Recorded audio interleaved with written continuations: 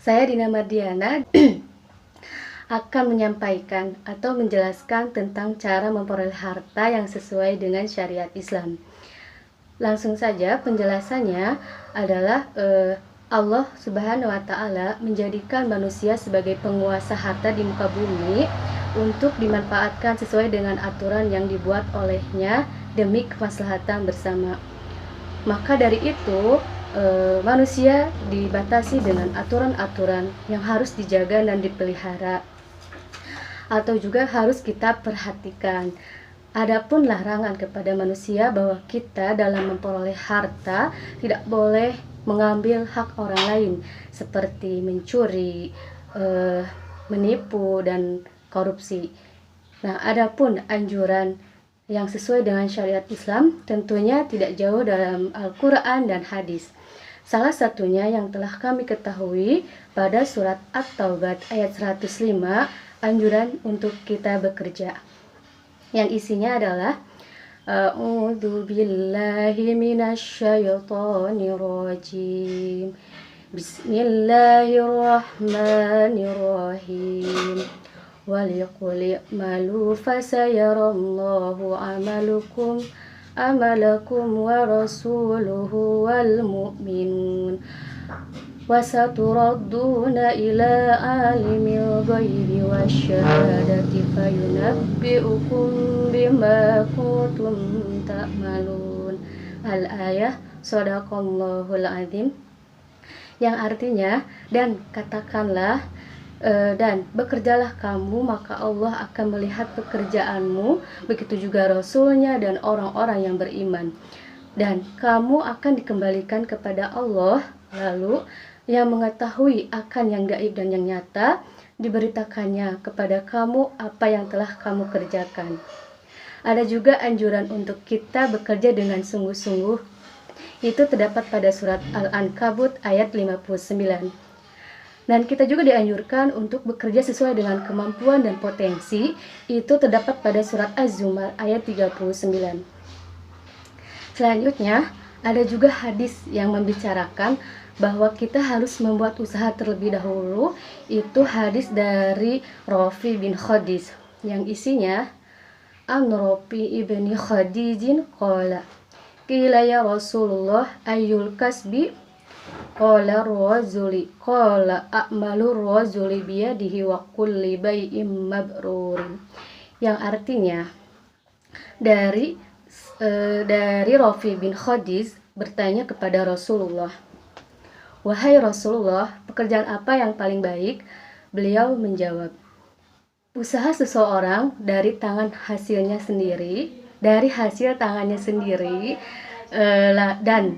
dan jual beli yang baik." Hadis riwayat Ahmad nomor 1244. Nah, dari dalil Al-Quran dan hadis itu dapat kami simpulkan bahwa Allah menganjurkan kita untuk bekerja dan berusaha terlebih dahulu dengan sungguh-sungguh.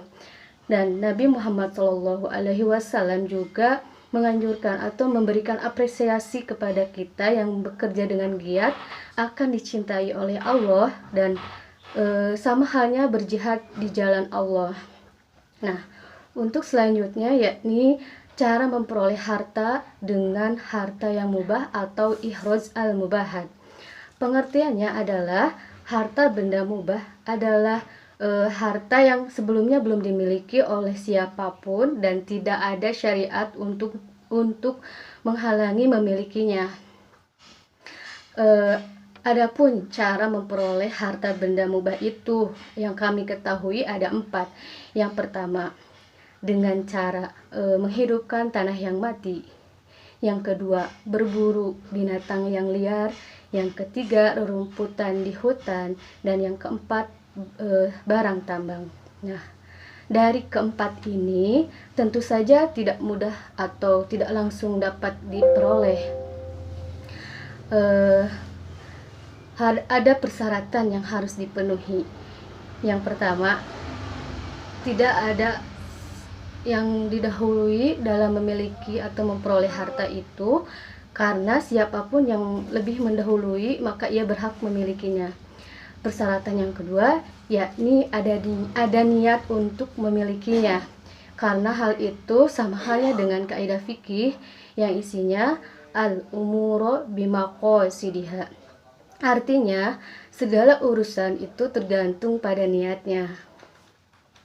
Ada juga hadis yang membicarakan tentang harta benda mubah, itu dari Sa'id bin Zaid. Nah, yang isinya An Sa'id bin Zaid anin Nabi sallallahu alaihi wasallam, man ahya ardo maitata fahiyalahu, yang artinya barang siapa yang menghidupkan atau memakmurkan tanah yang mati, maka tanah itu menjadi miliknya. Hadis riwayat Abu Dawud, An-Nasai, dan At-Tirmidzi. Nah, ada juga hadis yang membicarakan tentang cara memperoleh harta yang mubah, yakni hadis riwayat Abu Dawud dan Ahmad, isinya al-muslimuna syuraka fi salasati fil kala'i wal ma'i wan nari, yang artinya kaum muslim berserikat kepada 3 hal, padang rumput, air, dan api. Nah, dari ketiga ini menjadi milik bersama untuk orang muslim ataupun orang kafir juga sepertinya bisa gitu ya. Ini seperti contohnya rumput di hutan, kita boleh memanfaatkannya dengan catatan tidak dimiliki oleh siapapun baik negara. Terus ada juga air sungai yang mengalir, dan sumur lebih baik tidak digunakan oleh individu tapi untuk umum, karena ini posisinya itu pemanfaatannya sama dengan cahaya matahari dan udara. Nah, itulah penjelasan dari saya mengenai cara memperoleh harta yang sesuai dengan syariat Islam yang tidak jauh dengan Al-Quran dan hadis. Nah, untuk poin selanjutnya akan dijelaskan oleh rekan kami